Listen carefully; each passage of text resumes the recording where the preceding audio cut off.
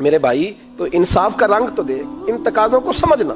یہاں کسی کی جرت ہے بول سکے، طاقت ہے کسی کی، لیکن انہوں نے اپنے آپ کو پیش کیا، سامنے پیش کیا اپنے آپ لوگوں کے سامنے۔ دو مال غنیمت کی چادریں بانٹ رہی ہیں، سب کو ایک ایک ملی ہے۔ فاروق اعظم جمعہ پڑھانے آئے تو اسی چادر کا کرتا، اسی کی تامت، لوگ کھڑے ہو گئے، عمر بتا تو نے دو کیوں لی؟ یہ انصاف ہے؟ یہ عدل ہے؟ کیوں لی دو؟ تو حضرت عمر کہنے لگے میرا بیٹا جواب دے گا۔ عبداللہ بن عمر بولے، کہنے لگے ابا جی کے کپڑے بڑے پرانے ہو گئے تھے، میں نے اپنے حصے کی بھی اپنے ابا جی کو دے دی ہے۔ دیکھیں نا، یہ انصاف میرے نبی پاک نے کیا ہے، صحابہ نے سیکھا ہے۔ میں اور آپ تیار نہیں، ہم تیار نہیں انصاف کے لیے، ہمارا مزاج نہیں انصاف کا۔ ہمیں خود بہت سارا آگے پیش ہو کے رنگ دکھانا پڑے گا، اس کے لیے ہماری تیاری نہیں۔ اس لیے ہم حکمرانوں کو گالی دے کے چپ کر جاتے ہیں، اس لیے ہم وکیلوں کے کہتے ہیں بکتے بڑھائیں، جج بکتے، یہ باتیں کر کے ہم خاموش ہیں۔ ہم پیش نہیں کر پا رہے، ابھی تک ہم اپنے آپ کو کھڑا نہیں کر پا رہے کہ ہم سے مطالبہ کرو انصاف کا، کھڑا نہیں۔ حضرت سیدنا علی المرتضیٰ شیر خدا رضی اللہ تعالیٰ عنہ فرماتے ہیں بدر کے لیے جب جا رہے تھے تو سواری ایک تھی، سوار تین تھے، ایک سواری اور سوار تین۔ فرماتے ہیں نبی پاک صلی اللہ علیہ وسلم نے فرمایا تین کٹھے نہ بیٹھنا، دو بیٹھیں، سواریوں کو تکلیف ہوتی ہے۔ قربان جاؤں، کیسا رسول دیا ہے جو جانوروں کے حقوق کا بھی خیال فرماتے ہیں صلی اللہ علیہ وسلم۔ فرمایا دو بیٹھیں۔ حضرت علی کہتے ہیں پہلے میں اور نبی پاک صلی اللہ علیہ وسلم بیٹھے، اور تیسرے ہمارے ساتھ ابو درداء رضی اللہ تعالیٰ عنہ۔ فرماتے ہیں جا رہے تھے بدر کے لیے، پہلے میں اور حضور بیٹھے، پھر نبی پاک اور ابو درداء بیٹھے۔ فرماتے ہیں پھر نمبر لگ گیا میرا اور ابو درداء کا، اور مصطفیٰ نے گھوڑے کی لگام تھامی تو حضرت ابو درداء تڑپ اٹھے، کہنے لگے علی نہ طبیعت مانتی ہے، نہ ادب مانتا ہے، نہ عشق مانتا ہے، تو اس طرح کر، میں تو چھوٹا ہوں، آپ کہیے رسول پاک سے، آپ ہر لحاظ سے بڑھیں، آپ عرض کیجئے کہ حضور نہ ادب مانتا ہے، نہ عشق مانتا ہے، نہ پیار مانتا ہے، نہ تقاضا ہے، مہربانی کرے آ جائیں۔ حضرت علی ہاتھ باندھ کے عرض کرنے لگے محبوبہ ٹھیک ہے، باری آپ کی پیدل چلنے کی ہے، پر مہربانی کریں، ادب پیار اور محبت مجبور کر رہی ہے۔ تو حضور نے فرمایا علی چپ کر، میں عدل نہیں کروں گا تو لوگ عدل سیکھیں گے کیسے؟ اگر میں عدل نہیں کروں گا تو قوم سیکھے گی کیسے؟ مجھے عدل کرنے دے، انصاف کرنے دے۔ فرمایا چلنے دے مجھے، پیدل کچھ نہیں ہوتا، تقاضا عدل جب تک پورا نہیں ہوتا۔ آپ یقین کریں، میرے اساتذہ کہا کرتے تھے میں عدالت کو عدالت نہیں کہتا، کچہری کہتا ہوں، اس لیے کہ عدالت وہ ہوتی ہے جہاں عدل ہوتا ہے۔ یہاں تو حال یہ ہے، بتائیے وکیل کو نہیں پتا ہوتا کہ جو میرے پاس آیا یہ غلط آدمی ہے، وہ اس کی حمایت کرتا ہے کہ نہیں، اس کے ساتھ چلتا ہے کہ نہیں، جھوٹ کے ساتھ آخر تک لڑتا ہے کہ نہیں لڑتا؟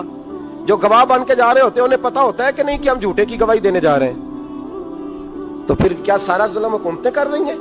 معاشرہ بھی تو اپنی ترتیب بدلے نا، لوگ بھی تو اپنا رنگ بدلے نا، لوگ بھی تو طبیعت بدلے نا۔ کون منتخب کرتا ہے انہیں ظالموں کو؟ عوام، اور پھر اس کے بعد شکوہ بھی عوام ہی کرتی ہے۔ خدا را تقاضے سمجھو، مزاج سمجھو، طبیعت سمجھو اسلام کی۔ میرے نبی پاک صلی اللہ علیہ وسلم نے عدل کا بول بالا کیا، ہر مقام پر، ہر نقطے پر رسول پاک صلی اللہ علیہ وسلم نے عدل اور عدل کی آواز بلند فرمائی۔ کوئی مقام ایسا نہیں، آپ پڑھیے کتابیں، اگر ایک کلمہ پڑھنے والے اور یہودی کا فیصلہ آیا ہے اور نبی پاک صلی اللہ علیہ وسلم نے یہودی کو حق میں سمجھا ہے تو نبی پاک نے یہودی کے حق میں فیصلہ دیا۔ وہ منافق بگڑ گیا ہے، حضرت عمر کے پاس گیا ہے، لیکن حضور نے فرمایا جہاں جاتا ہے جا، فیصلہ وہی کیا جائے گا جو عدل پہ مبنی ہوگا، جو انصاف پہ مبنی ہوگا۔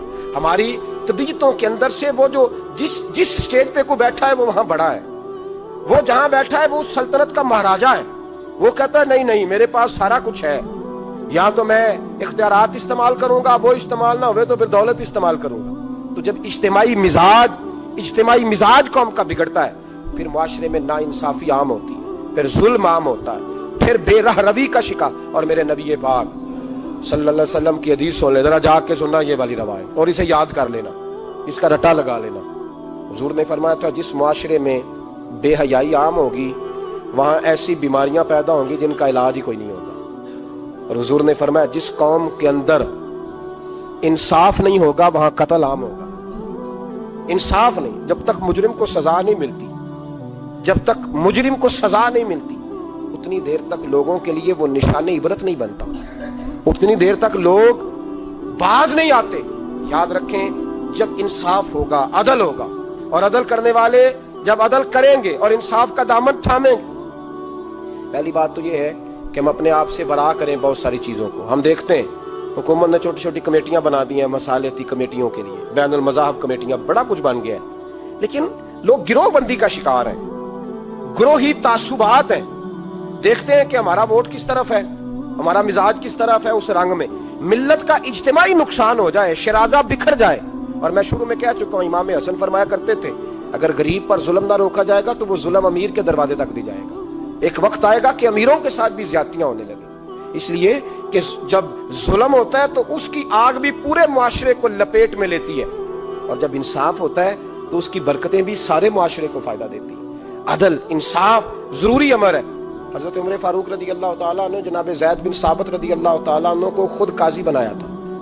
حضرت زید بن ثابت کو قاضی خود بنایا، خود تعینات کیا۔ حضرت ابی بن کعب رضی اللہ تعالیٰ عنہ نے نا حضرت عمر پر مقدمہ کر دیا حضرت زید بن ثابت کی حکومت میں، خود حضرت عمر پر۔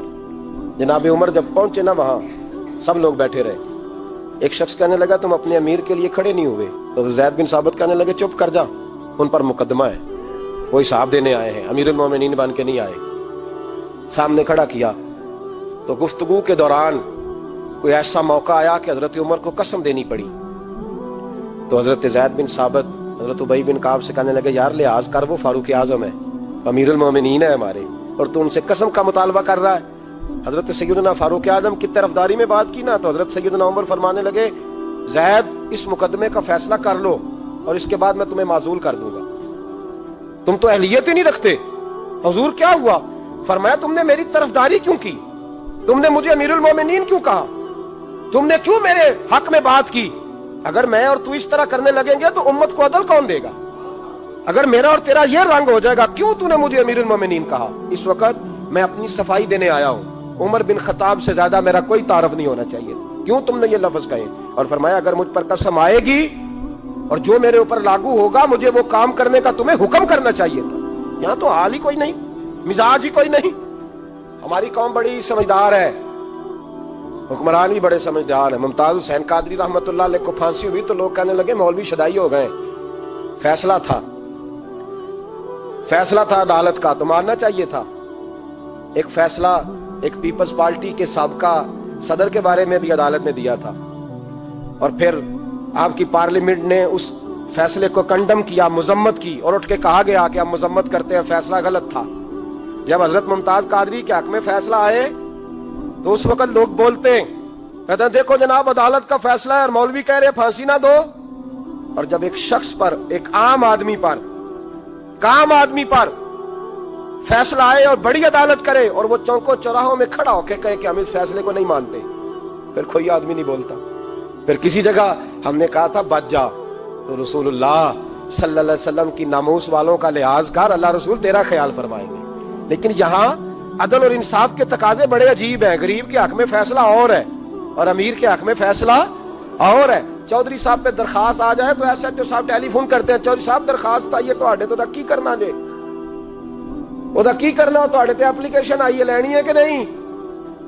اور اگر غریب آدمی بیچارہ ریڑھی والا 4 بیٹیوں کا باپ ہے اور نہ وہ گدھا گاڑی پہ بیچتا ہے فروٹ، تو غلط کراسنگ کی وجہ سے مقدمہ ہو گیا ہے، تو چودھری کو ساتھ لے کے وہ گیا ہے، چونکہ 4 بیٹیاں نا اور کل اس کی ملکیت وہی 5000 تھا جس کا اس نے فروٹ خریدا تھا۔ چودھری بھی کرسی پہ، ایس ایچ او بھی کرسی پہ، اور غریب آدمی زمین پہ بیٹھا ہے، اور ایک ایک زبان سے 32 گالیاں اسے دی جا رہی۔ وہ کہتا ہے چودھری صاحب تہاڈی مہربانی، میں تو شامی گھر جانا ہے تے میری تیاں روٹی کھانی ہے، مہربانی کرو میرا سامان واپس کر دو، مہربانی کرو خدا را میرا سامان دے دو۔ او یار ظلم یہ ہے کہ یہاں امیر کے لیے قانون اور ہے اور غریب کے لیے قانون اور ہے۔ اس وقت پھر ظلم ہوتا ہے، پھر زیادتی ہوتی ہے، پھر ملتیں نہیں بنتی، پھر اس سے ڈاکو پروان چڑھتے ہیں، اس سے پھر ظالم پروان چڑھتے ہیں۔ اپنے آپ کو پیش کرو، یاد رکھو میرے نبی پاک صلی اللہ علیہ وسلم نے فرمایا ظلم قیامت کے اندھیروں میں سے ایک اندھیرا ہوگا، ظالموں کو قیامت کے دن ٹھوکریں لگیں گی، رستہ نہیں ملے گا۔ اپنے آپ کو پیش کریں، چھوٹی سی بھی زیادتی، چھوٹا سا بھی ظلم نہ ہونے پائے، انصاف کے تقاضے پورے ہونے چاہیے۔ نبی پاک صلی اللہ تعالی علیہ وسلم نے جو امت ہمیں بنایا ہے تو اس امت میں انصاف کا بول بالا ہے، کوئی آدمی انصاف سے بالا تر نہیں۔ بہت بڑی بات کرنے لگا ہوں، امام ابو نعیم نے لکھا ہے خود رسول پاک نے اپنی ذات کو انصاف کے لیے پیش کیا۔ اس بات کو میں جب کبھی سوچتا ہوں نا تو لگتا ہے کہ روح پرواز کر رہی ہے اور پتہ نہیں کہاں کہاں سے ہو آئی ہے۔ انصاف کا بول بالا ایسے نہیں ہوتا۔ حضرت فاروق اعظم اور مولا علی اور عثمان غنی اور ابو بکر صدیق اور سیدنا قاضی شریح جیسے لوگ ایسے ہی تیار نہیں ہوتے۔ ان کے پیچھے جو میرے رسول پاک صلی اللہ علیہ وسلم کا مزاج ہے اس کو سمجھیں، غور کریں۔ میں جب اس پہلو کو دیکھتا ہوں نا، آپ یقین کریں یہ روایت میں کبھی کبھی پڑھتا ہوں اور کبھی کبھی اس کو بیان کرتا ہوں تو میں کھو جاتا ہوں بہت ساری جگہوں پہ، پتہ نہیں کہاں کہاں کا سفر طے ہو جاتا ہے۔ حضرت عکاشہ بن محصن رضی اللہ تعالیٰ عنہ فرماتے ہیں کہ نبی پاک صلی اللہ علیہ وسلم کے وصال سے 2-3 دن پہلے کی بات، محبوب پاک صلی اللہ علیہ وسلم نے فرمایا سب لوگوں کو مسجد نبوی میں اکٹھا کرو۔ اکٹھا کیا۔ جب کوئی نئی آیت آتی تھی یا کوئی جنگ کی تیاری ہوتی تھی تو لوگ اکٹھے کیے جاتے تھے، سب کو اکٹھا کیا۔ کہتے ہیں جب حضور کا حجرہ نور کھلا تو 2 آدمی بظاہر حضور کو سہارا دے کے لائے، اتنی بخار اور کمزوری ہے۔ حضور منبر پہ بیٹھے اور جب نبی پاک بات کرتے ہیں تو ہاتھ مبارک پہ بظاہر راشا ہے، کانپتے ہیں دست اقدس۔ محبوب نے مجمع پہ نظر ڈالی، فرمایا تمہیں کسی نئے حکم کے لیے نہیں بلایا، بس اللہ نے اپنے ایک بندے کو اجازت دی، چاہے تو دنیا میں رہے اور چاہے تو اس کی بارگاہ میں حاضر ہو جائے۔ اس بندے نے پردے کا فیصلہ کیا ہے، میں نے تمہارے بیچ وقت گزارا ہے، تمہارے ساتھ رہا ہوں۔ حضور فرمانے لگے میری زبان سے، میرے قول سے، میرے فعل سے غلاموں کسی کو تکلیف پہنچی ہو تو بدلہ لے سکتا ہے، یہ نہیں فرمایا معاف کر دو، اٹھو اور بدلہ لو۔ حقیقی جمہوریت تھی نا۔ حضرت عکاشہ بن محصن پیچھے سے کھڑے ہو گئے، بوڑھے آدمی، کہنے لگے حضور ایک جنگ میں صفیں سیدھی کراتے کراتے میری ننگی پشت پہ درہ مارا تھا آپ نے، بدلہ لینا ہے۔ عجیب ہی منظر بن گیا مسجد نبی کا، آنسو بہنے لگے، لوگ تڑپنے لگے۔ محبوب نے فرمایا بلال جاؤ، فاطمہ کے گھر میں درہ پڑا ہے، لے آؤ۔ حضرت بلال کہتے ہیں سیدہ کے دروازے پہ دستک دی، اماں جی نے کہا کون؟ اماں جی میں غلام بلال ہوں، وہ درہ چاہیے تھا۔ تو سیدہ کہنے لگی نہ تو جنگ ہے نہ جہاد ہے، حضور نے درہ کیا کرنا ہے، طبیعت مبارک تو علیل ہے، بلال ماجرا کیا ہے؟ حضرت بلال رو پڑے، کہنے لگے ایک صحابی بدلہ لینا چاہتے ہیں۔ حضرت فاطمہ نے امام حسن اور حسین کو باہر نکالا، درہ دیا، کہنے لگی بلال عکاشہ سے کہنا میرے بیٹوں کے وجود پہ 100 درے مارے، انہوں نے فاطمہ کا دودھ پیا، سی کوئی نہیں کریں گے لیکن حضور تک کوئی نہ جائے، اور میں نے ویسے بھی حضور پر قربان کرنے کے لیے پیدا کیے۔ سیدنا بلال حبشی رضی اللہ تعالیٰ عنہ فرماتے ہیں میں روتا ہوا درہ لیا، شہزادے لیے، اور میں جب حاضر خدمت ہوا نا حضور کے دروازے پہ داخل ہوا، محبوب پاک صلی اللہ علیہ وسلم نے امام حسن اور حسین کو دیکھا تو حضور رو پڑے، فرمانے لگے انہیں بٹھا دو، مجھے پتا ہے فاطمہ نے کیا کہہ کے بھیجا، بٹھاؤ۔ شہزادے بیٹھ گئے، میرے محبوب پاک علیہ السلام نے فرمایا عکاشہ کو درہ دو۔ حضرت عکاشہ کہتے میں درہ لے کے آگے بڑھا تو کسی نے میرا پیر تھاما، جب میں نے نیچے دیکھا تو ابو بکر صدیق تھے، کہنے لگے یار میری کمر پہ مار، حضور کے قریب نہ جانا۔ نبی پاک نے فرمایا صدیق ہٹ جا یار بیچ میں سے آنے دے۔ کہتے میں ذرا آگے بڑھا تو مولا علی شیر خدا نے میرا پیر تھاما، عکاشہ نہ کر، میں نے کہا آنے دو۔ محبوب فرمانے لگے علی ہٹ جاؤ اسے آنے دو۔ حضرت علی شیر خدا بھی ہٹ گئے، جناب عکاشہ قریب آئے، کہا حضور ذرا کمر سے کپڑا تو ہٹائیں، میری پشت اس وقت بغیر کپڑے کی تھی۔ محبوب نے کپڑا ہٹایا اور جناب عکاشہ نے درہ جو اٹھایا تو صحابہ کی چیخیں نکل گئی، رونے لگے اور نہ کرنا یار نہ کرنا۔ جناب عکاشہ نے درہ دور پھینکا اور حضور کے وجود کو چومنے لگے، کہنے لگے کس نے درہ مارنا تھا، میں تو جاتے جاتے حضور کا بوسہ لے کے اپنے لیے جنت اکٹھی کرنے جا رہا تھا۔ میرے محبوب پاک صلی اللہ علیہ وسلم نے فرمایا جس نے جنتی دیکھنا ہو میرا عکاشہ دیکھے۔ امت کو درس دیا، امت کو درس دیا، پیش کر اپنے آپ کو انصاف کے لیے، آگے بڑھ، پیش کر اپنے آپ کو انصاف کے لیے اور کھڑا ہو جا عدل کے لیے۔ ان اللہ یأمر بالعدل والاحسان، اللہ تمہیں حکم دیتا ہے عدل کا۔ میرے مصطفیٰ کریم صلی اللہ علیہ وسلم نے خود، حالانکہ وہ درہ جو محبوب پاک صلی اللہ علیہ وسلم نے ان کو مارا وہ عمدن نہیں تھا، وہ تو صفیں سیدھی ہو رہی تھی، کہا تم بھی آگے ہو جاؤ تم پیچھے ہو جاؤ، روٹین ہوتی تھی۔ بھائی میرے محبوب صلی اللہ علیہ وسلم یہ پیغام دے کے گئے ہیں امت کو، عدل کا دامن تھام، انصاف سے زندگی گزار، انصاف کے ساتھ وقت گزار۔ اور اگر تو انصاف نہیں کر، محمود غزنوی بیٹھے، ایک بندہ تڑپتا اور روتا ہوا آ گیا، روتا ہوا، کہا کیا ہوا؟ کہنے لگا حضور میں غریب ہوں۔ اور ایک بات اس طرح بھی ملتی ہے کہ عورت تھی اور بی بی آ کے کہنے لگی حضور میں غریب نہیں ہوں، 3-4 بیٹیوں کی ماں ہوں، خامد فوت ہو گیا، شاہی خاندان کا ایک نوجوان میرے گھر آتا ہے اور میری بیٹیوں کے ساتھ ظلم کرتا ہے، مہربانی ہو جائے